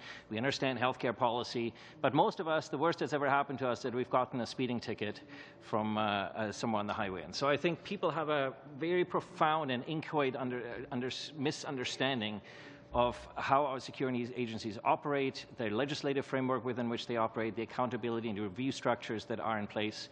And so just having this discussion, I think, is so important because it elevates the level of the debate. I'd also like to point out I think, what is the hypocrisy of perhaps some of the critics and perhaps some of the ignorance of some of the professionalism of our security agencies and those who work in our national security system and the accountabilities that are in place. And by hypocrisy, I mean that it is those people who complain bitterly about the bill who will also be the first ones to say, why did the state not do more when it is their kid that leaves for abroad, it is their kid that is injured or killed in an attack. And so we need to strike a balance here. I think there's also naivete about the rapidly changing security environment because in Canada, for a long time, we've lived far away from the shores of instability and political violence. But I think that has profoundly changed. That has profoundly changed as a result of globalization and two revolutions. One is the transportation revolution, the other is the communications revolution that brings all this instability immediately to our shores. The propositions that are being put forward in this bill, many of our allies already have in one instantiation or another in their systems. And we can show that democratic countries can handle these types of powers and reconcile freedom and security. The Nordic states have not turned into police states simply because they adopted certain disruption provisions for their security police, as they call them. The institutions of the modern state, however, are not well matched to the flows and to the movements of a globalized 21st century world, in particular the illicit ones. Because the flows and movements are global, and yet we have institutions that are still in a 1648 Statute of Westminster type of framework. And so one of the challenges we face is, so how do we reconcile the institutions we have with the flows and challenges that we face? I would submit that we would need to ask, as in any type of sort of security environment, three basic questions. Who is it that is threatening our existence, or that we are actually trying to address with regards to these laws? What is our goal? And I think do we want to eliminate terrorism? Do you want to contain terrorism? Do you want to destroy groups that use terrorism tactics? Or do we want to reduce the vulnerabilities and the effects of terrorism? And I think it is this latter one that we are trying to aim for. And how much are we willing to spend? And I think there's a couple of answers here. One is, sure, we are celebrating the 800th anniversary this year of the Magna Carta. And what we all appreciate is living in a limited state where we clearly put constraints on state intervention. But the state, under the preamble of Section 91, also has an obligation for peace, order, and good governance in this country. And so we need to reconcile the limited state and the freedoms that it provides with the ability of the state to protect its citizens. We also need to make sure that the treasure that we spend is appropriate.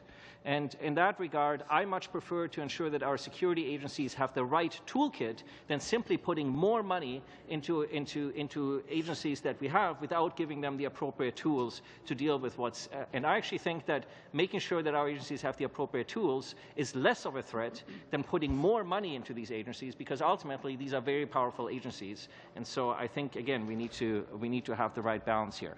I would like to draw a clear distinction here between anti-terrorism and counter-terrorism, two concepts that are confounded in this debate. Anti-terrorism is about actions taken to prevent, deter, or reduce the impact of terrorism and terrorist acts. Counter-terrorism are the kinetic actions taken directly against terrorist acts. And I think we fall short in this country with regards in particular to the latter. Let me give you some examples. You've already heard some. We have youth leaving this country to go fight with ISIS, and apparently we have a security intelligence service that cannot even, under strict reading of the current legislation, tell the parents that their children or their child might be up to no good. We have innocent lives lost, as we just heard. We have individuals who can board planes who are on the terrorism watch list because they do not, under current legislation, pose an immediate and direct threat to airline safety. So you might have already flown next to a terrorist. We cannot stop foreign terrorist fighters from boarding planes back to Canada. This bill would address that by allowing some security agents to be placed on planes with them and other measures. Consular officials, when somebody shows up at our embassy in Beirut and says, "I've lost my passport, I need a passport back to Canada, travel documents," well, Canadians regularly lose their travel documents. When somebody shows up at the embassy in Beirut with a bullet hole through their shoulder and is looking to return to Canada, well, Canadians often fall sick on their travels and they go to their consular official. But when we have somebody who who apparently has lost their passport and shows up with a bullet hole through their shoulder, and the consular official is asked to provide an emergency travel document, and that consular official can't even call CSIS to tell CSIS that somebody who might be suspected foreign terrorist fighters returning to Canada, that, in my view, is wrong. And we need to share that type of data. We need to protect Canadians, but we also need to protect Canadian interests, and we need to protect Canadians from themselves. These youth are some vulnerable individuals in our country. We know that young people regularly, I have teenage children, that teenage children at times make poor decisions. And so the state has a certain obligation, I think, towards individuals to make sure they don't harm themselves. We also need to make sure that we don't inadvertently export terrorists or provide terrorist financing or material support from Canada to other countries because we don't have the adequate means to contain those. So there are, as I hope to have made a case for, there are operational requirements to have a more diverse and a more nuanced toolkit between what we have now, which is essentially surveillance on the one hand, and powers of arrest on the other hand.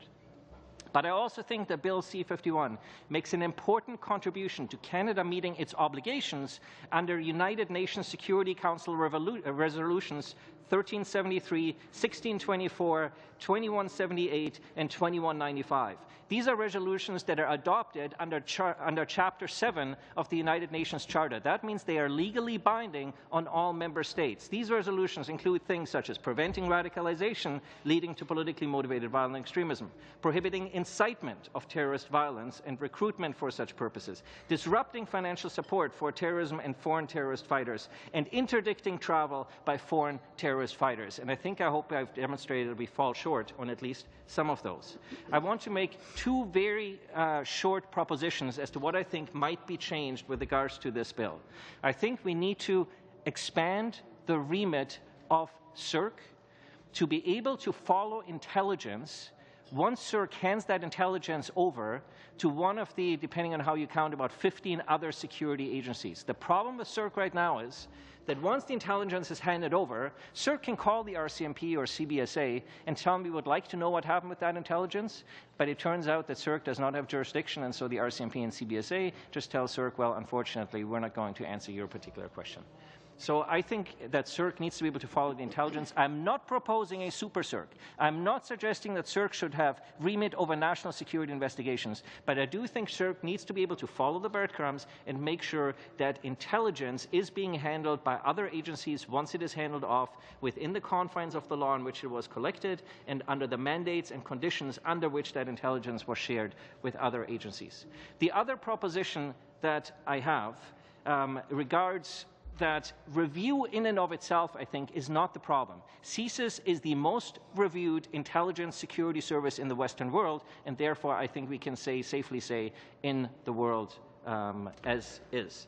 I think what the challenge is that Canadians are asking, what can the government do to assure me that my rights and freedoms have not been violated? And that means it's not a challenge of review, it's a challenge of demonstrating to Canadians that the review mechanisms that we have in place are effective at making sure that agencies operate within the confines of the law and within the constitutional and charter constraints that are being placed upon them. And to that effect, I would submit to the committee to consider adopting a version of the British system whereby opposition parties can put forward a list of members, and the Prime Minister can pick from that particular list. Those individuals would then be security cleared to a top secret clearance. They would be sworn in as Privy Councillors, and we would set up a separate parliamentary committee that would allow that committee, the members of that committee, to read the Commissioner of CSE's report, to read the CERC report, and to be able to debrief with CERC and with the Commissioner. I know that some members of the government will say this is not a good idea because loose lips sink ships, but I think we have very experienced, very mature legislators among the people who sit in Parliament, and by Parliament I mean not just the House of Commons, but also the Senate. So I would enlarge the list to be able to include members from both houses of Parliament. And I think this is the sort of conversation that Canadians need to see happen in order to be assured that their rights and freedoms are not being violated. This type of debrief with the Commissioner and with CERC in an all-party committee, and by virtue of people being cleared and sworn in as Privy Councillors, they wouldn't be able to talk about anything that happens within that committee anyways. In closing, these propositions, I think, are not costly, and they would require only minor legislative changes. But I would also like to remind the committee that we're not just making legislation for today, because inherently, as a result of sort of the globalizing dynamics that I describe, I would submit that both our legislative framework and the way our agencies operate are already behind the times. And the bad guys are always quite happy to exploit the vulnerabilities. We saw this amply during the late 1980s and early 1990s with regards to the way Sikh extremists exploited vulnerabilities in Canada's security system. So I would say that we are also making legislation here for tomorrow. We are also making legislation for circumstances where, in the unlikely event that Canada should find itself faced with a major calamity, we don't need to operate by orders in council, but that we have robust legislative frameworks in place for agencies to deal with those. And let me end on this particular quote, that the terrorist only has to be lucky once. The counter-terrorist must be lucky every time. Thank you very much, Mr. LaPrette. And we will now go to our rounds of questioning. Mr. James, 7 minutes, please. Oh, no, excuse me. We have Mr. Nerlock. You have the floor, sir. Thank you very much, Mr. Chair, and through you to the witnesses, thank you for attending today. Mr. LaPrette, the powers that are provided to CSIS in this legislation are not uncommon amongst our allies. Could you comment on the values of CSIS having these additional tools or powers, with the understanding that their main role will continue to be information gathering, but with the additional power to disrupt a threat, provided they have the permission of a judge? And when you're answering that, I'd like you to, and I think you alluded to it in your preliminary remarks, with the degree of powers that CSIS already has compared to our allies, and you mentioned the Nordic nation. In other words, for the average Canadian out there, if they listen to some of the witnesses, this act, if enacted by Parliament, will be the end of freedom as we know it in this country. So I'd like you to compare this act to similar acts in the rest of Europe, because I know that you are aware of the legislation in other Western European countries.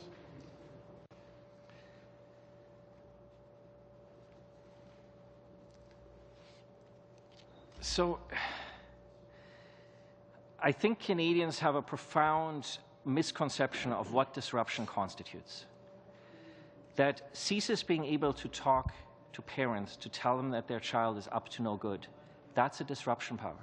That's something CSIS is currently not allowed to do. CSIS trying to find a way to cancel someone's plane ticket who's looking to leave the country, that is a disruption power. This is not a fundamental undermining of collective freedoms and whatnot.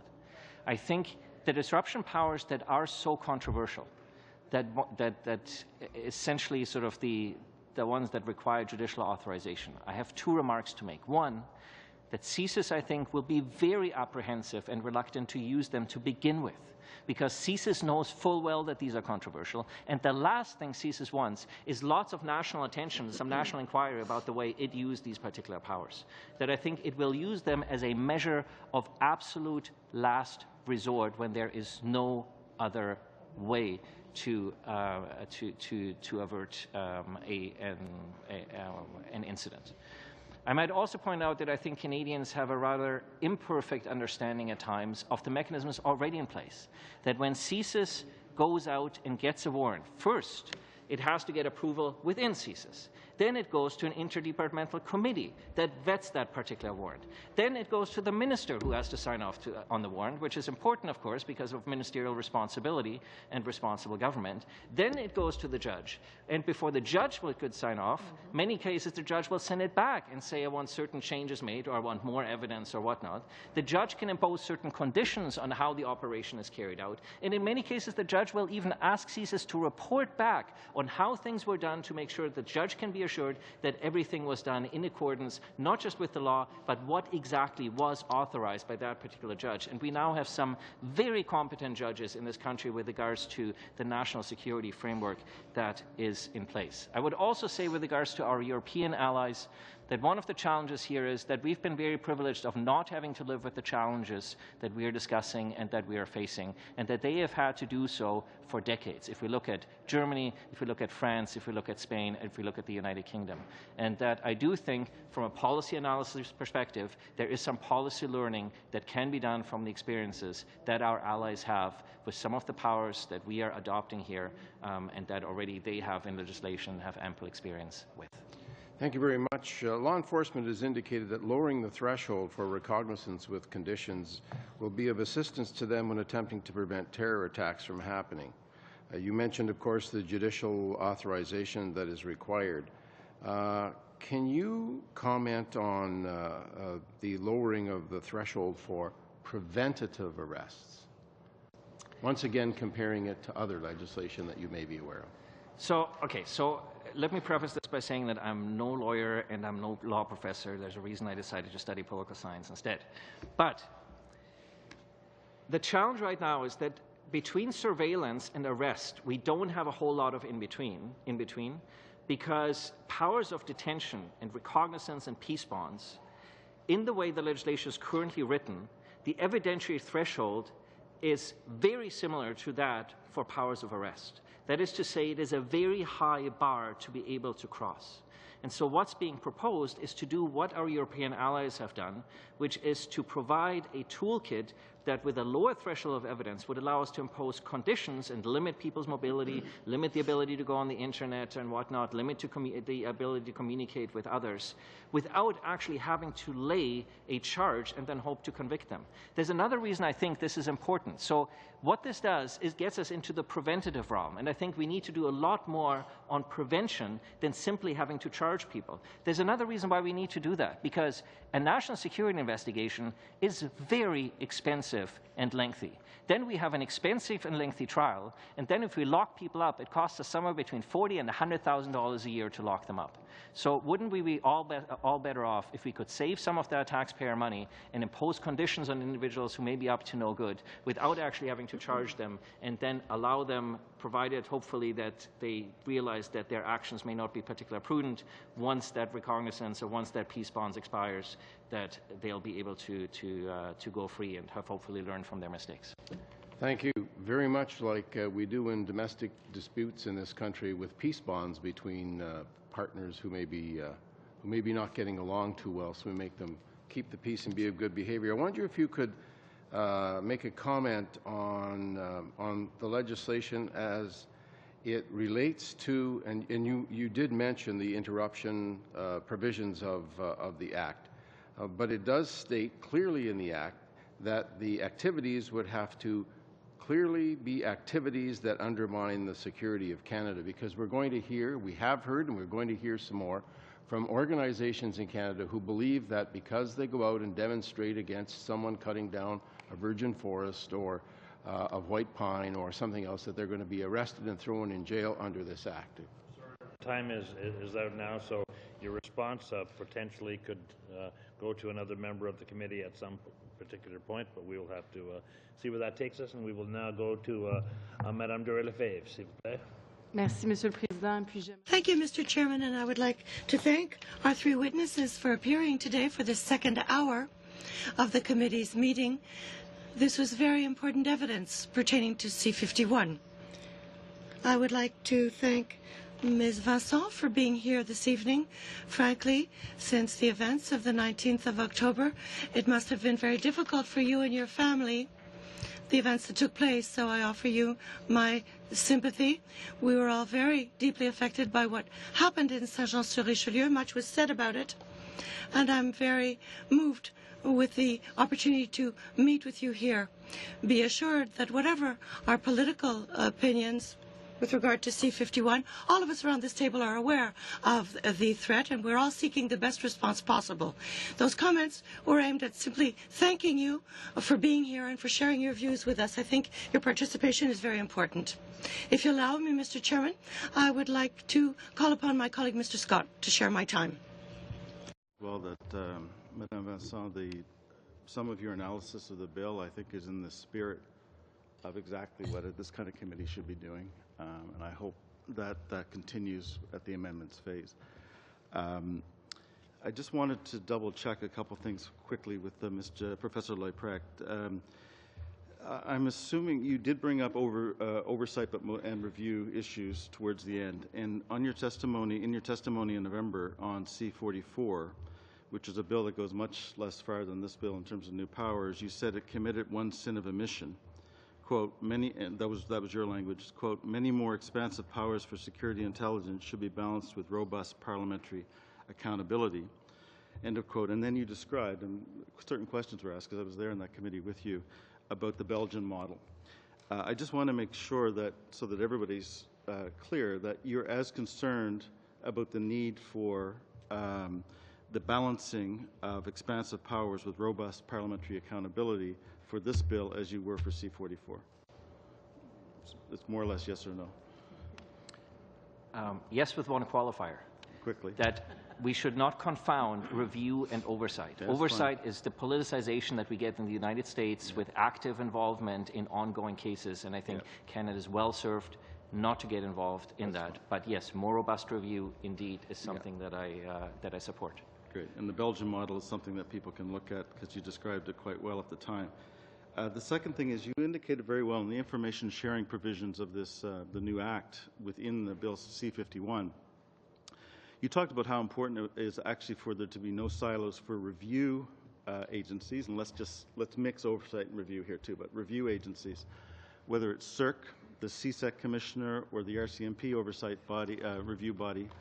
I'm not sure if you're aware, but the CSEC commissioner wrote to say that he does not understand why of the 17 agencies listed in this new act, he is the only one, as in his office of the commissioner, is the only review agency that's allowed, is written in as allowing to share information.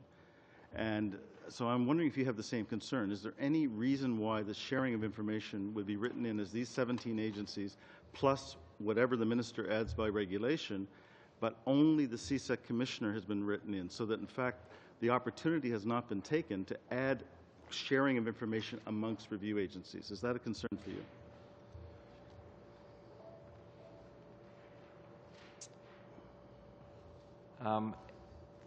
It concerns me, but perhaps for a slightly different reason than it concerns you. We always think about review as simply trying to make sure everything's on the up and up and everybody does everything right. But as the Commissioner and CERC will tell you, one of the major objectives, it's like peer review. It's trying to make people better at what they do, looking at their methodology, looking at their professionalism, looking at their training. And that's, I think, a matter that is regularly missed in this discussion. And I agree with you, and I've made that point many times in the last few weeks. So it's not just about protecting civil liberties, it's about actually making services more effective in what they do. So I do agree. But I assume you're concerned that those agencies have not all been added in the information sharing. There's certainly, I think, improvements to be made. Great. How much time, sir? You have about 3 minutes. Great. No, excuse me. You have, yes, 3 minutes. Turning to Master Siegel. Master Siegel. In your presentation, you talked about the need for, you indicated you felt there may be some excesses and slightly overwrought provisions. I'm wondering if there are any you might want to identify. A couple that I'm just going to mention. One is that the Information Sharing Act precludes anybody engaging in civil proceedings if, in fact, information has been shared in good faith and has resulted in harm. So the cases that we know, the Arar case and the current case being brought against the government might well be excluded under that provision. Would you consider that an excess? It wouldn't have been my most serious excess in the bill. My most serious excess is a provision that would allow a judge with respect to lawful interruption to set aside the Charter of Rights and Freedoms. That is a principle which I think is overdone, it's excessive, it's unconstructive, and it violates a core Canadian value. And were there an amendment on that, it would be constructive. If there were not an amendment on that, I think the courts would strike it down very soon under any circumstance. But the notion that we would give any judge the ability to, in a less than public context, set aside the Charter of Rights and Freedoms to facilitate a security agency being involved in lawful disruption strikes me as a core contradiction and deeply problematic. Thank you for that. 1 minute left. Yes. With specific respect to that, I totally agree with Professor Leprecht that the kinds of disruption that involve talking to parents, community, etc., no reasonable person is going to have a problem with that. The problem is the bill is written very broadly to say the only absolute exclusions are causing death or bodily harm, and some kinds of affronts to sexual integrity and obstruction of justice. Everything else is potentially warrantable by a judge. When we've asked in the House a couple times, does this potentially include detention, secret detention? And here, of course, it's important to know overseas activities of CSIS are included here. The government has specifically and refused to say, no, no, no, of course it doesn't include that, which gives me cause to worry that, yes, it could go to that extent. Bodily harm does not include detention. Is this a reasonable concern, even though we might want to think that it would be at the outer limits of anything ever considered by CSIS? I'm sorry, but as of our last witness, our question has eaten into the response time rather significantly, so we will now go to Mrs. Ablonsi, please. Thank you, Mr. Chair. Thank you, witnesses. Mr. Leprecht, my colleague asked you a question about whether Canadians need to be concerned that if they protest a pipeline or whether they protest a bill or engage in protests, whether they can be shut down under the provisions of this bill. Again, I'm no lawyer, but I think there are sufficient thresholds built in, not just with regards to the security of Canada, but also demonstrating intent with regards to committing political violence. And I think this intent provision is very important, that I am not concerned. I can understand some of the concerns that individuals might have, but I think we also need to look at past practice, that both CSIS and the RCMP have way more important things to do with their lives, and that I think the provision that is written, I am sufficiently satisfied that this would not cause either a security intelligence or a criminal intelligence service to either license or ability to interrupt or criminalize activity, lawful protest activity. Thank you. Ms. Vincent, we appreciate you being here. We know that you've had some very difficult weeks, and our thoughts and prayers have been with you, as you mentioned. But I'm also impressed with your technical understanding of this bill. You obviously are not just here to share your sorrow, but also, I think, a very deep understanding of what may have prevented this tragedy from occurring, and it could protect others, other family members. So I wonder if you would just tell us why you think this bill would now allow the perpetrator of the terrorist act against your family member from occurring. What would be different under this bill that might protect Mr. Benson? My understanding now is that because of exactly like Mr. Leprec said, they would be surveilled, and they would be able to talk to the parents. They would be able to stop it, and they can put them in prison, I think, preventive prison for 7 days. And this way they can make them stop. Also, I think there's another important thing. After C-51 has been done, I think there's another step that needs to be done. Understand what's going on.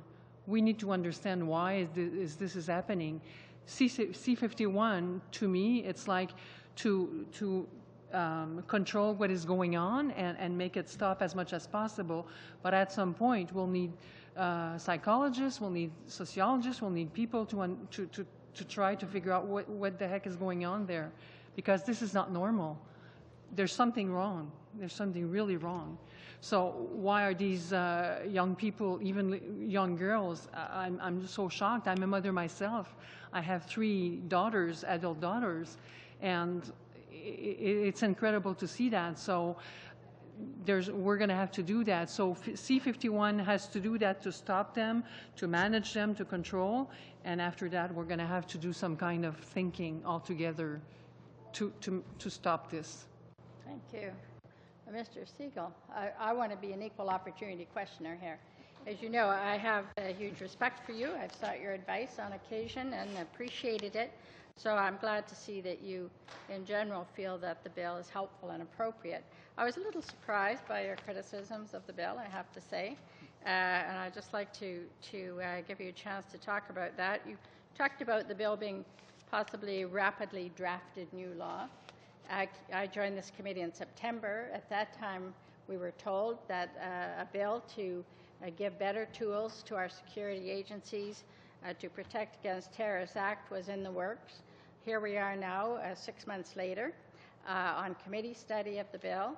There has to be 3rd reading of the bill in the House, and as you know, as a former senator, the whole process is repeated in the Senate. So we'll be fortunate to have the bill passed into law by summer. So it seems to me this would be almost a year, hardly a knee-jerk reaction by any means. You also mentioned that the interruptions by the security forces could operate outside the provision and protections of the Canadian rights and freedoms. But isn't that what warrants always do? I mean, if you want a wiretap, for example, you have to get a warrant because it's not normally a lawful activity. It's also fair to say that the protections of the Charter are not unlimited. As you know, Section 51 talks about that the Charter protections are subject to the limits that can be demonstrably justified and demonstrated in society. And so, you know, we already have activities by security that deal with Charter rights and how they can be properly balanced to ensure security.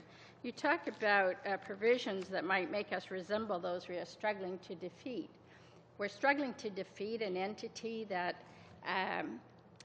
slaughters entire communities based on their religious affiliation, that takes women and sells them as chattels, that believes that enslavement of populations is legitimate, that indulges in crucifixions by the hundreds, thousands, that taxes the remaining survivors to the point where they lose all of their personal property and their ability to provide with even the most basic necessities of life for themselves and their family. And so I'm curious as to how you believe that any provisions of this bill might in any way make us resemble the entities that we're struggling to defeat. It just seems to me there's such a lack of proportionality in that comment that I just struggle with its relevance. Very briefly, Mr. Siegel. Very briefly. Yes, Sorry. please. After that vicious personal attack. Let me say three things. I don't view this as a piece of legislation that it's about ISIS or Al-Qaeda. It's about providing the capacity for our security agencies to do their job. And it's my fundamental view that wherever that can be done within the context of the Charter of Rights and Freedoms, it strengthens our democracy, it protects our democracy.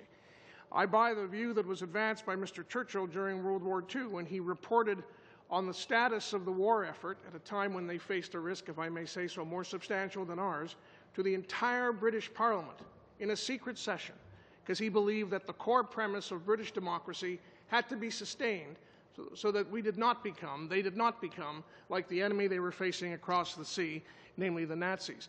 Therefore, I would argue with you with the greatest of respect that any time we set aside any freedom, if we don't have to, any time we set aside any core constitutional protection, if it's not absolutely necessary, we are going down the wrong road, and we should do our best not to do that. It is true that in Canada, the Supreme Court and other courts have decided that the Charter is not absolute. There are reasonable circumstances during which it has to be set aside.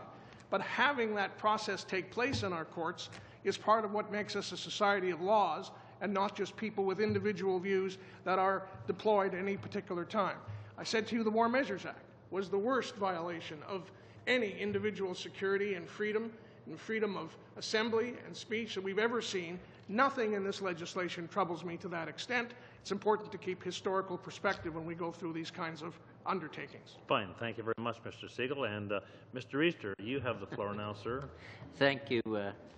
Thank you, Mr. Chair, and that was an interesting discussion. I want to thank all three witnesses for coming forward and stating their case. And I'll start with you, Senator Siegel. I want to first of all congratulate you for your years in the Senate, and just as we've seen in this discussion between you and Diane, you're not fearful to say what's on your mind, and I think that has done you well and has done the Senate well over your time there. You do say on your point 6, my general view of the law before you, despite some excesses and slightly overwrought provisions, that it's a law that's helpful and appropriate, etc. Can you list any of those excesses and slightly overwrought provisions? The one that troubles me the most, we all have a hierarchy of concerns. The one that troubles me the most is the one that allows a judge to set aside the provisions of the Charter of Rights and Freedoms. I think that's the kind of fundamental excess which can lead to other difficulties. I'm not troubled by the agencies sharing information with each other because Mr. Justice John Major, in his report on the Air India tragedy, talked about how, despite CSIS efforts in detecting folks who were, at the time, Sikh extremists and blowing up bombs to see if they worked, that information never got from CSIS back then to the RCMP fast enough, and when it did get to the RCMP, the action was lethargic enough that hundreds of our fellow Canadians were blown up on an aircraft and died. So the notion of breaking down the silos, as Madame Vincent suggested, I think is absolutely essential. So I think a balanced approach to the legislation, where we look at some of the excesses and hope they get addressed, while letting some of the more constructive processes go forward as quickly as possible, I think is very much in the national interest. Thank you. And I know you were one of the big promoters in your experience in the Senate on the need for oversight, and you do mention that in your bill as well. Mr. Leprec also mentioned that, and I might mention to Ms. Vincent, I too, on behalf of my party, want to pass on my regards. And I know you read out a lot of words of support and sympathy from around the world. I did attend the funeral or the celebration of life, and it was quite an experience in terms of the coming out of the community from right across Canada. And Prime Minister Harper spoke on a very, very cold day. So I just want to pass that on as well. But the Oversight Committee, and it relates to Warrant Officer Vincent to a certain extent, to what happened there and how we do things in Canada. The intelligence, I guess I'd say in beginning, for the life of me, I can't understand why the resistance from the government side to oversight. The Minister of Justice, in fact, didn't say very kind things about the British Intelligence and Security Committee of Parliament when he was here, and yet he sat on a committee, that all-party committee of both the House and the Senate, that recommended oversight similar to the British. And I think when we think of oversight, we just think of, what they do in security. But I have here the report into the death of Fusilier Lee Rigby, which is something I didn't realize that the Oversight Committee did. And before the court case was anywhere over, this committee of parliamentarians was looking in to the actions of what happened there. And I'll just read this one statement. The committee is conscious, quote, the committee is conscious that it is the only body that it can investigate intelligence matters on behalf of Parliament and the public. The responsibility is considerable, and we therefore have sought in every instance to ensure that we are able to disclose as many of the facts as possible. The important point is there, in terms of a shooting or a death, they can meet with security agencies, look at classified information, try and determine what went wrong internally. They can't make public that, but they can certainly recommend some changes so that security agencies can do better in the future. I say all that to raise the question, how important is it that we have oversight similar to our Five Eyes countries from your folks' perspective? And I'll start with you, Mr. Leprecht.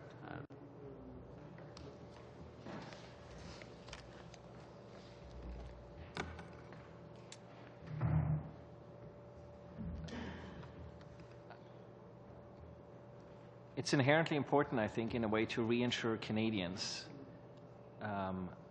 that the systems we have in place are working as they should. I might also submit that we need to perhaps have a bit more of a nuanced conversation about the type of review and the type of oversight that is appropriate for different agencies. With regards to CSIS and CSE, I think we need a much more robust review mechanism because of the activities in which they are engaged, as opposed to intelligence agencies, and we don't often think of them as intelligence agencies, such as the RCMP, CBSA, and the Department of Foreign Affairs, who of course are also engaged in intelligence collection, but not in a context that is as